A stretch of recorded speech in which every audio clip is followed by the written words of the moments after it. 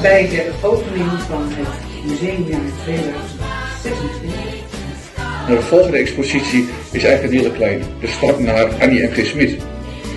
En de expositie heet De muziek van haar pen.